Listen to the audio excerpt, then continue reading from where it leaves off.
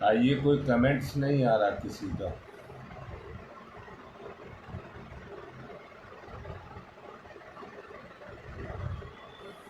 ठीक है।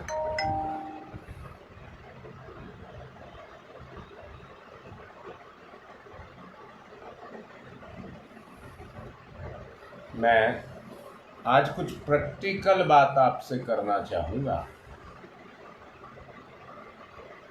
कोई कमेंट्स डालो, यहाँ कुछ नहीं मेरे पास अभी आ रहा है।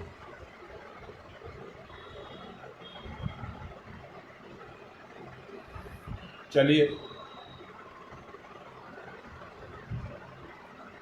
आज मैं व्यवहारिक कुछ बातें करूंगा, और व्यवहारिक में जो बातें कर रहा हूं मैंने भी सुना और तुमने भी सुना है। एक महिला हुई थी सबरी,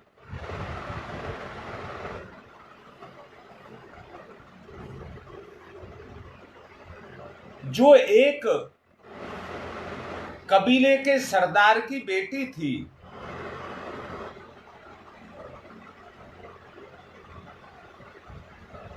और उसके जब छोटी सी ही थी, 11-12 साल की थी, तो उसकी दूसरे कबीले में शादी पक्की कर दी गई। शादी का दिन जैसे जैसे नजदीक आने लगा तो उसके घर में ऊंट, भैंसे ये आने लगे। सबरी ने पूछा, ये काहे के लिए आ रहे हैं?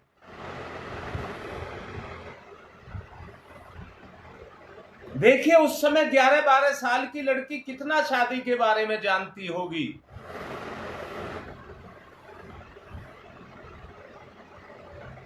उसे कहा गया, सबरी, ये जो ऊंट और भैंसे आ रहे हैं ये तेरी शादी के लिए आ रहे हैं।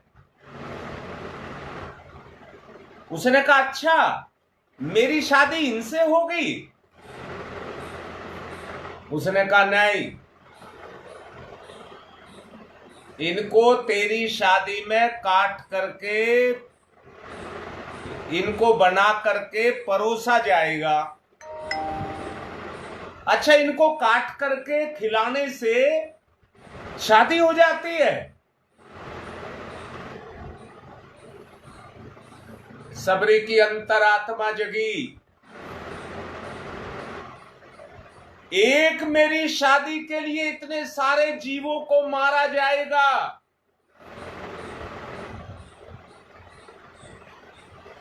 मुझे शादी नहीं करनी।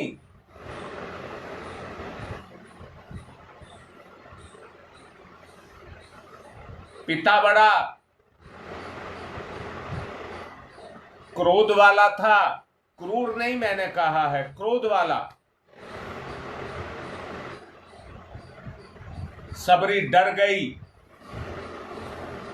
कि शादी के लिए मना करूंगी तो पिताजी मुझे मारेगा।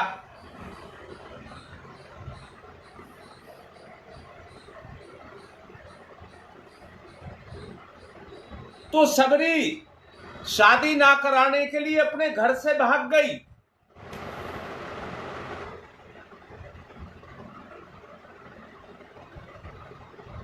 घर से भाग गई, ऋषि के आश्रम में रही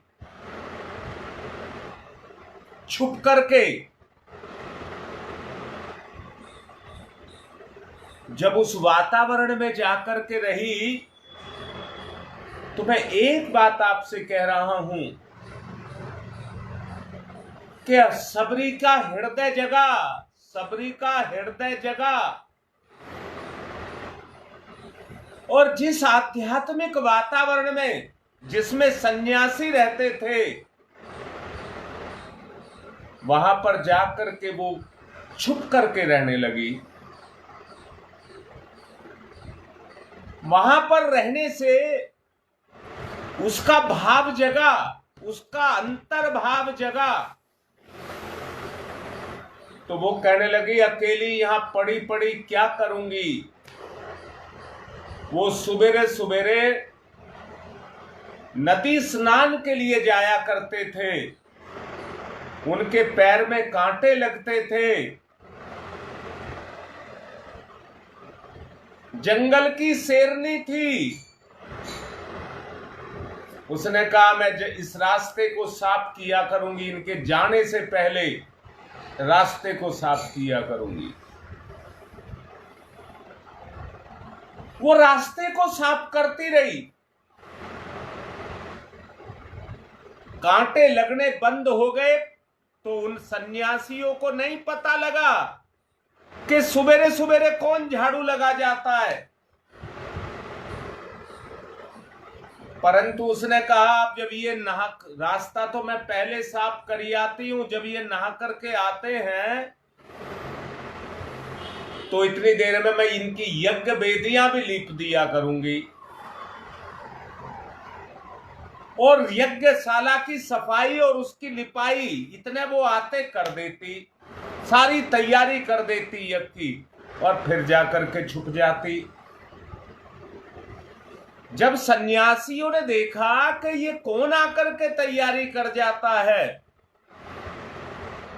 तो ढूंढा गया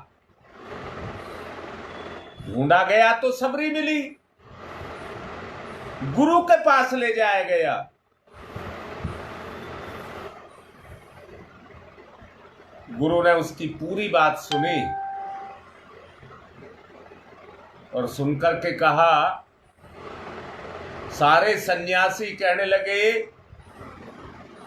गुरुदेव इस आश्रम में तो हम सारे सन्यासी रहते हैं, यहां स्त्री का क्या काम। समझना बात को, यहां पर स्त्री का क्या काम है, इसे यहां से निकालो। परंतु ऋषि तो ऋषि होते हैं। उसने सबरी के अंदर बैठी हुई इस आत्मा के स्तर को पहचाना और पहचान करके कहा बेटी तू मेरी बेटी है, तुझे कोई नहीं निकाल सकता, सबको मना कर दिया। बच्चे कहने लगे आश्रम का नियम टूटता है गुरुदेव,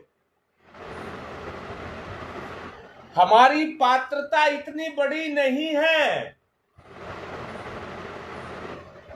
कि इसको देख करके हमारा मन ना बहके।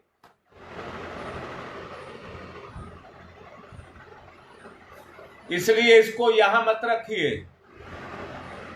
उन्होंने कहा सबरी दिन में तू इनके किसी के सामने मत आना, आश्रम में छुप करके रहना, मैं तेरी जगह निर्धारित कर देता हूं, वहां आप नहीं जाएंगे। और रात को मैं तुझे आध्यात्मिक शिक्षा दिया करूंगा, दिन में इनको दिया करूंगा, रात को मैं तुझको दिया करूंगा। बात लंबी ना करके ऋषि का शरीर छोड़ने का कुछ ही समय बाद समय आ गया। सबरी रोने लगी कि अब मेरी रक्षा कौन करेगा। उसने कहा भगवान राम स्वयं तेरे पास आएंगे। कितना बड़ा काम उसको मिल गया कि भगवान मुझे मिलने के लिए आएंगे। किसके कारण? वो जो जीव मात्र के लिए उसके हृदय में पीड़ा जगी थी,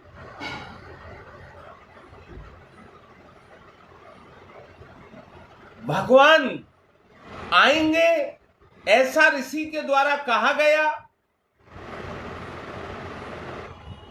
जो गुण था वो और बढ़ गया, वो और बढ़ गया।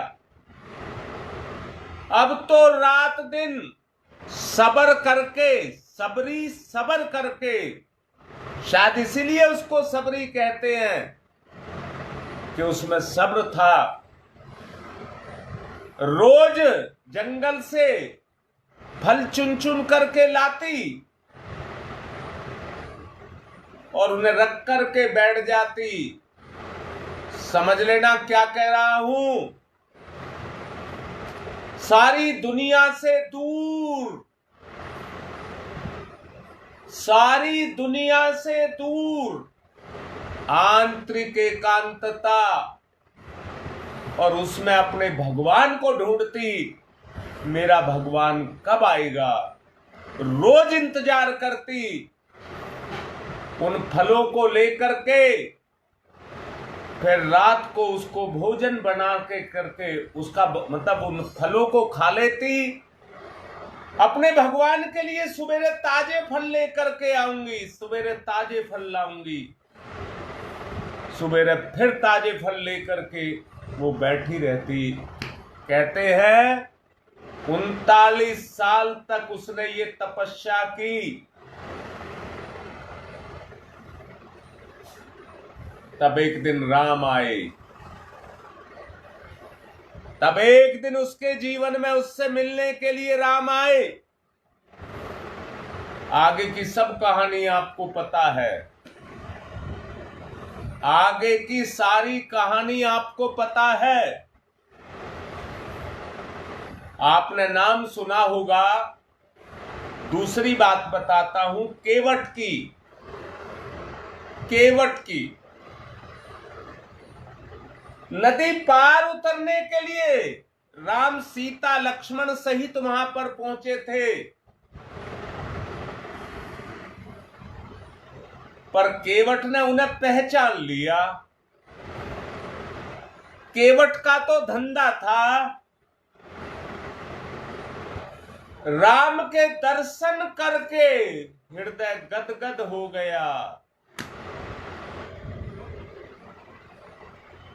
भगवान प्रार्थना करते हैं, केवट मुझे उस पार उतार दे। वो कहते हैं प्रभु आप तो दुनिया को पार लगाने वाले हैं, आपको कौन पार लगाएगा। खैर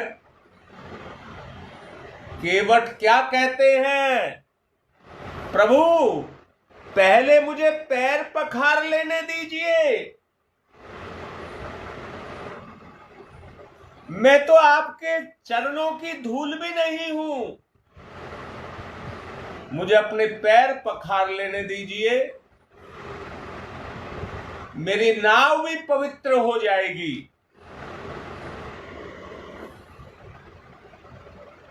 बैठा करके पार उतारता है। केवट उतराई देते हैं, नहीं लेता, नहीं लेता, नहीं लेता। प्रभु आप तो मुझे इस संसार के भवसागर से पार उतारने वाले हैं, ये मेरी फीस है आपको, ये मैं जो आप मुझे फीस दे रहे हैं, मेरा मेहनताना दे रहे हैं, ये मेहनत मेरी भी आपकी चेतना में जा करके जुड़ करके रंग लेकर के आएगी और मेरे जीवन को पार लगाएगी, मेरे जीवन को पार लगाएगी। तुमने गोपियों का नाम सुना होगा। आज उनका तरह तरह से बखान किया जाता है, कोई कुछ बोलता है, कोई कुछ बोलता है। ये वातावरण का प्रभाव है, अपनी समझ का प्रभाव है। जैसे खुद है वैसे ही सबको समझते हैं। गोपियां जिस भगवान श्री कृष्ण की प्रेम में उनका हृदय जगा था, उनका हृदय जगा था और उस मिलन के लिए वो तड़पती थी। उस मिलन के लिए वो तड़पती थी, सिर्फ किसी तरह से भगवान श्री कृष्ण से हमारा मेल हो जाए। भूखी प्यासी, जैसा सूरदास ने कहा है, पछाड़ खा खा करके गिरती, अपने प्राण त्यागने के लिए तैयार थी, परंतु श्री कृष्ण भगवान के प्रति जो लगन थी, वो मिलन चाहिए था, वो मिलन चाहिए था। इस लगन ने उनको इतना आगे बढ़ा दिया कि इस दुनिया में उनका नाम अमर हो गया। ग्वाल बालों का नाम भी आपने सुना होगा, जो भगवान दुनिया को चलाता है, जो कहता है करने वाला भी मैं ही और कराने वाला भी मैं ही हूं, ये दुनिया भी मेरे से है और मेरे से ही ये दुनिया चल रही है। जो इतनी बड़ी बड़ी बातें कहता है, वो उन ग्वाल बालों से कहता है, आओ तुम भी अपनी लकड़ी लगा लो इस गोवर्धन के बोझ को उठाने के लिए, तुम भी अपनी सहायता करिए। उनको सखा बना करके उनके साथ खेलता है, मनोरंजन करता है, दुनिया की लीला करता है, कुछ से कुछ सांग रचाता है, पहचान नहीं पाता। पर उन ग्वाल बालों ने पहचाना था, श्री कृष्ण का साथ दिया था, श्री कृष्ण का साथ दिया था, और उस साथ ने उनके जीवन को अमर कर दिया, उनके जीवन को अमर कर दिया।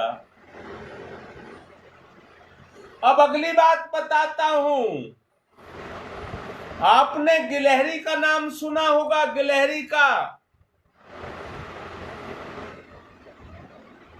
जब लंका का सेतु बन रहा था, तो गिलहरी ने समझा, उस कार्य को समझा और कहा इस कार्य में मेरा भी श्रम लगे, इस कार्य में मेरा भी श्रम लग जाए। और गिलहरी की क्षमता जितनी थी, अपनी पूंछ को भिगोती, बालूरेत में लेटती और आकर के शरीर को झाड़ देती। देखिए क्या टेक्निक अपनाई। एक बार पानी में घुसती, फिर बालू पे लेटती और फिर उसको ला करके झाड़ देती। गिलहरी का ये काम उसको अमर कर गया, अमर कर गया। और आपने सुना होगा रीछ और बंदरों की बात। उनकी विशेषता है उछल कूद करने की, परंतु उन्होंने राम को पहचाना, उन्होंने राम को पहचाना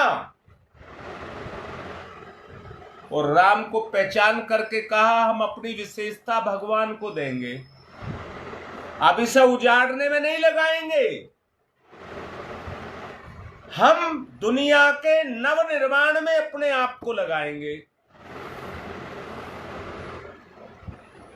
नव निर्माण में अपने आप को लगाएंगे।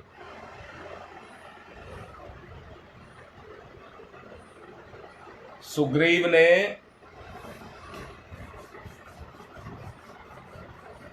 भगवान को पहचाना, भगवान को पहचाना, भगवान की पीड़ा को जाना,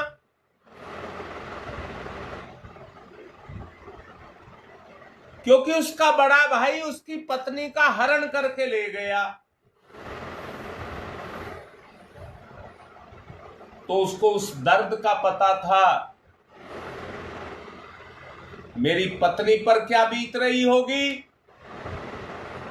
और मेरे पर क्या बीत रही है।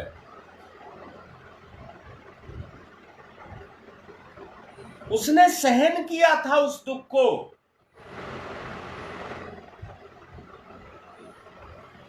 पर जब राम सहायता मांगने के लिए आए तो उसका हृदय मचल गया, क्योंकि राम समर्थ था। राम समर्थ था, अपनी सामर्थ राम को दे दी और राम का साथ दिया। राम का साथ देने से सुग्रीव की इतनी ताकत बढ़ गई कि पत्नी ने ही पूरा राज्य उसको मिल गया। बताइए, ताकत सुग्रीव की थी या भगवान की थी? उस ताकत के बल पर उसने अपना सब कुछ ले लिया, यहां तक राज्य भी ले लिया।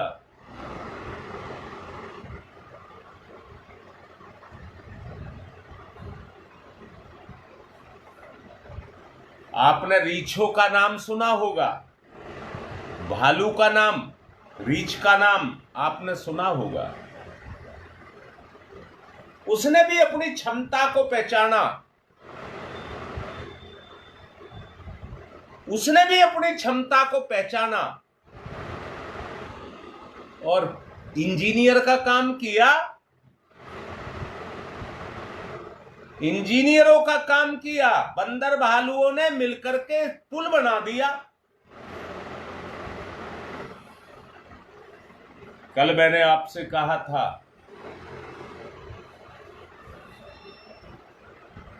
व्यक्तित्व में पैनापन, प्रखरता।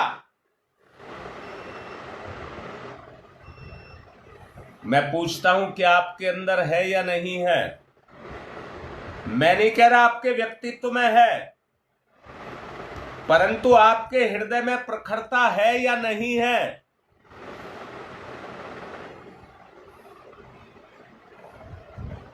जवाब दीजिए, क्या आपके अंदर विचारों की प्रखरता है या नहीं है?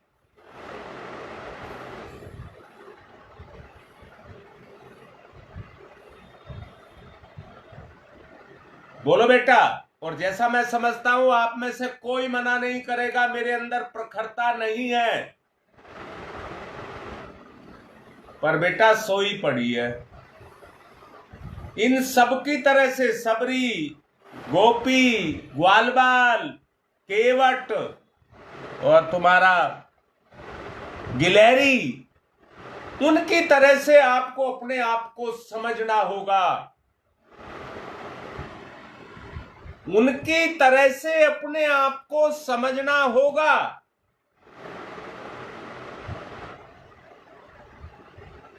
तो आपकी प्रखरता जगेगी या नहीं जगेगी? प्रखरता जगेगी तो प्रतिभा जगेगी। प्रतिभा जगेगी तो आत्मगुणों को जगाएगी।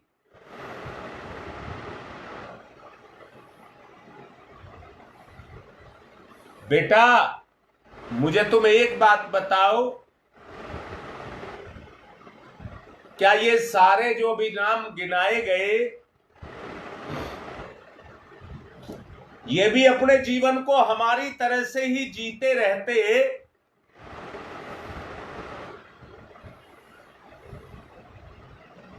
अगर ये भी अपनी तरह से अपने जीवन को जगाते रहते तो उसी अवस्था में जिसमें हमें इसी अवस्था में पड़े रहते कि नहीं पड़े रहते?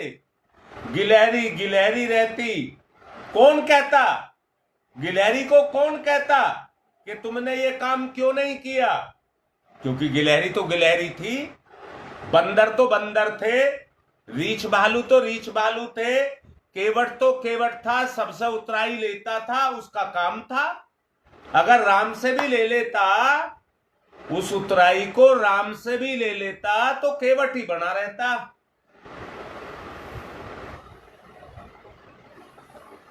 अच्छा लाडली, अनुभव कर रहे हो? अनुभव कर रहे हो तो उन्हीं की तरह से इसको जगाइए जो मैंने कहा है। प्रखरता, आपके विचारों में प्रखरता, पैनापन, पाप को मारना है।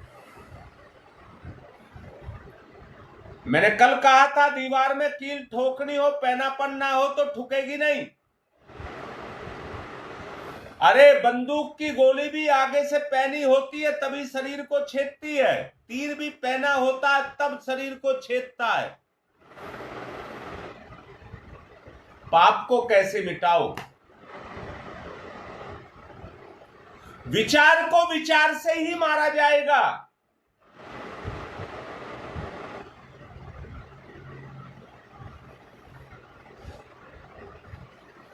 बोलिए, विचार को विचार से ही मारा जाएगा। अगर ये आपकी जीवनचर्या का अंग बनता है प्रखरता,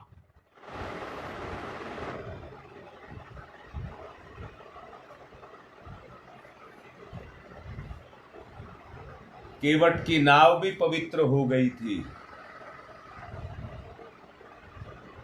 राम के चरण पड़ने से केवट की नाव भी पवित्र हो गई थी।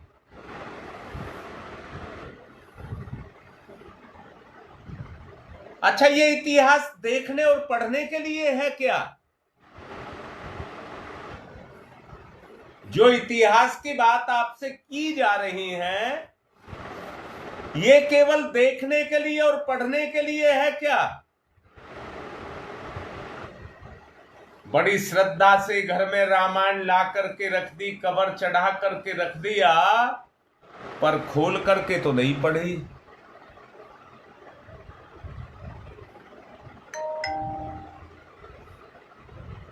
खोल करके नहीं पढ़ी तो उसके अंदर क्या है नहीं पता, इस जीवन में क्या है नहीं पता।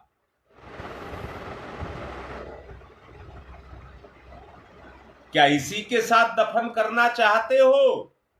जीवन की उन विशेषताओं को इसी के अंदर दफन करना चाहते हो? योगेश, बहुत बड़ी बात है आत्मसात करना। वो तभी कर सकते हो जब आत्म गुण जगे।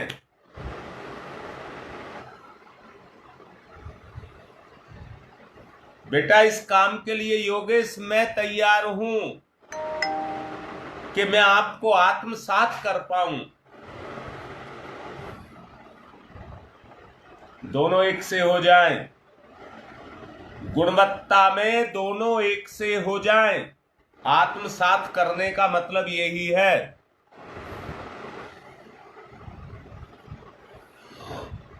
अरे हरेक के जीवन के इतिहास को देखिए ना।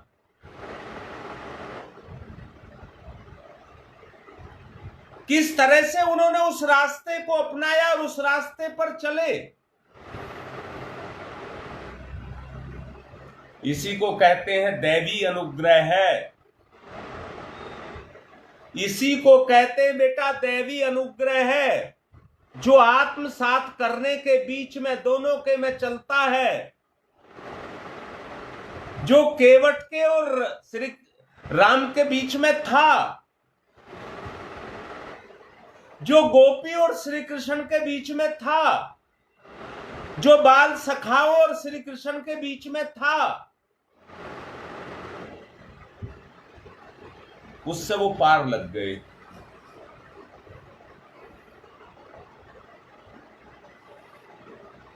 बेटा, उससे वो पार लग गए।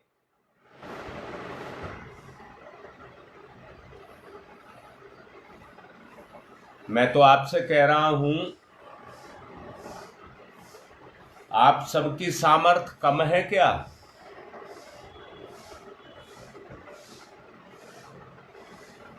मैं पूछ रहा हूं बेटा, आपकी सामर्थ्य कम है क्या? अरे शुरू तो करके देखिए, शुरू तो करके देखिए।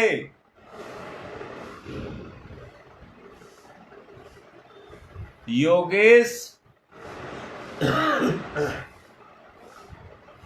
ना तो मैं पूर्ण हूं ना आप पूर्ण हैं,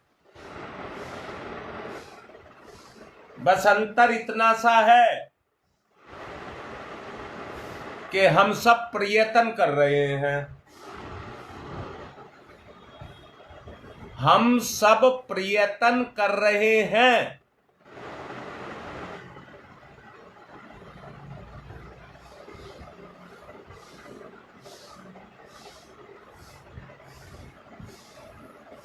बिट्टा बेटा एक बात बता, संबंधों में संसार बाधा है या नहीं है?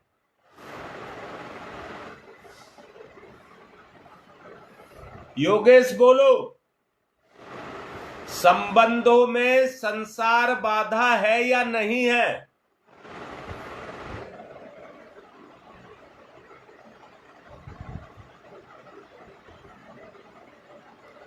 लगाव की बात कह रहा हूं, लगाव की बात।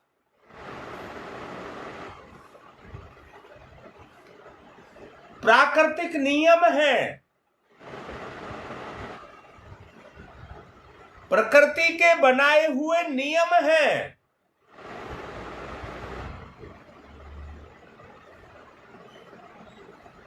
शकुंतला अंदर से देख, दोनों बहन भाई मिलते हैं तो पूर्ण होते हैं या अपूर्ण होते हैं? लाडली बहुत अच्छे से समझना, जब हम सहयोग के लिए हैं तो पूर्ण है,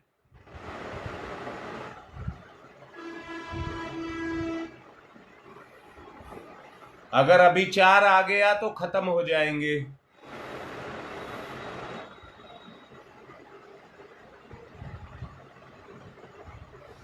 मेरी बात समझ आ गई होगी। अगर हमारे संबंध गलत चले गए तो कुछ हमें कोई कहे ना कहे,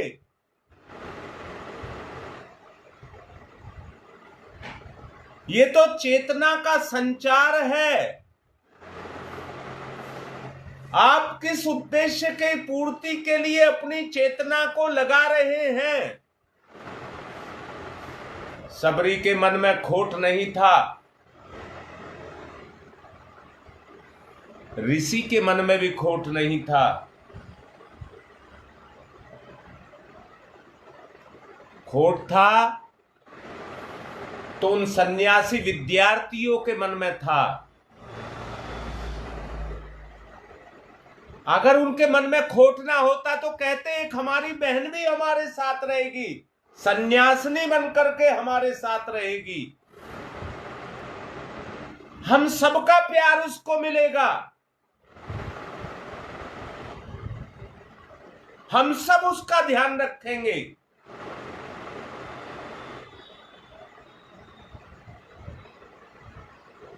बोलिए, अंतःकरण और ज्यादा पवित्र होता कि नहीं होता सबरी के माध्यम से? परंतु सिद्धांतों पर खड़े रहे, परिस्थिति को नहीं समझा।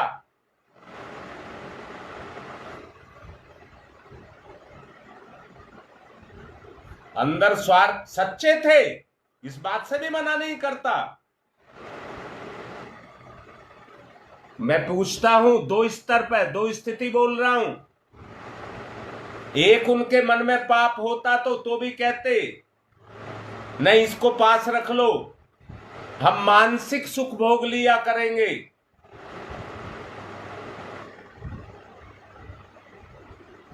और अगर पूर्णतया पवित्र थे तो भी कहते एक सबरी के हमारे साथ रहने से हमारा उत्थान और जल्दी से होगा, तेजी से होगा। हमारी दृष्टि बेटा, इस शरीर में 9 द्वार है, 9 द्वार, जहां से हम गंदगी अपनी चेतना पर वैसे आज गंगा विहार इस बात को समझाऊंगा 10 बजे।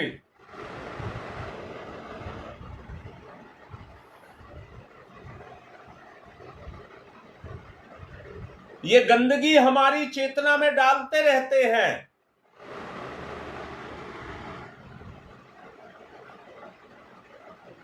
पवित्र होने के लिए आए हैं।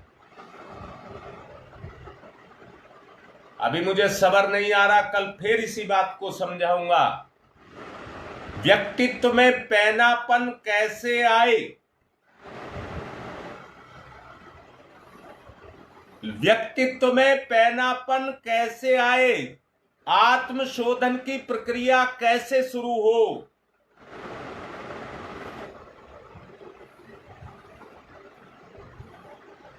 हाँ, ये सब रास्ते हैं राकेश, ये सब रास्ते हैं, परंतु ऐसे भी रास्ते हैं जिसमें क्रिया और भावना काम करती है। ये मानसिक क्रिया है, जब मैं शारीरिक क्रिया भी कह रहा हूं, मन के बगैर कुछ नहीं है।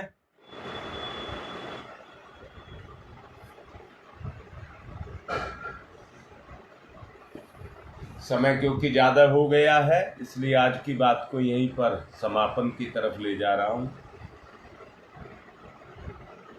ओम तमसोमा ज्योतिर्गमय, तमसोमा ज्योतिर्गमय,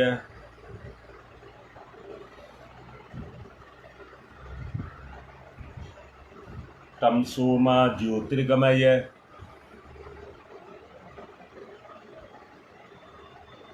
असतोमा सद्गमय,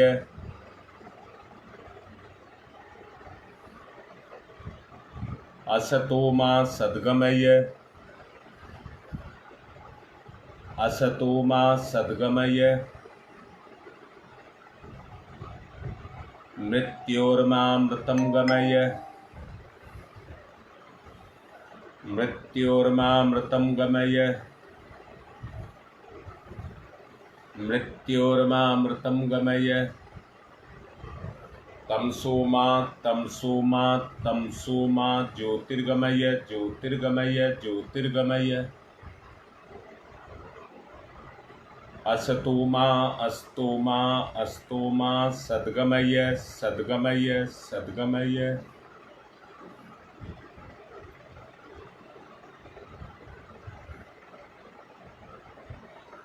मृत्योर्मा मृत्योर्मा मृत्योर्मामृतं गमय, अमृतं गमय, अमृतं गमय। दोनों हाथ रगड़िए, मुख पर फिराइए।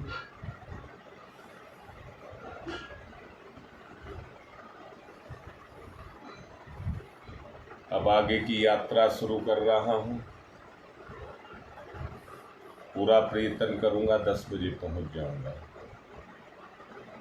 आज की बात को यहीं पर संपन्न कर रहा हूं। आप भी अपनी तैयारी कर लीजिए।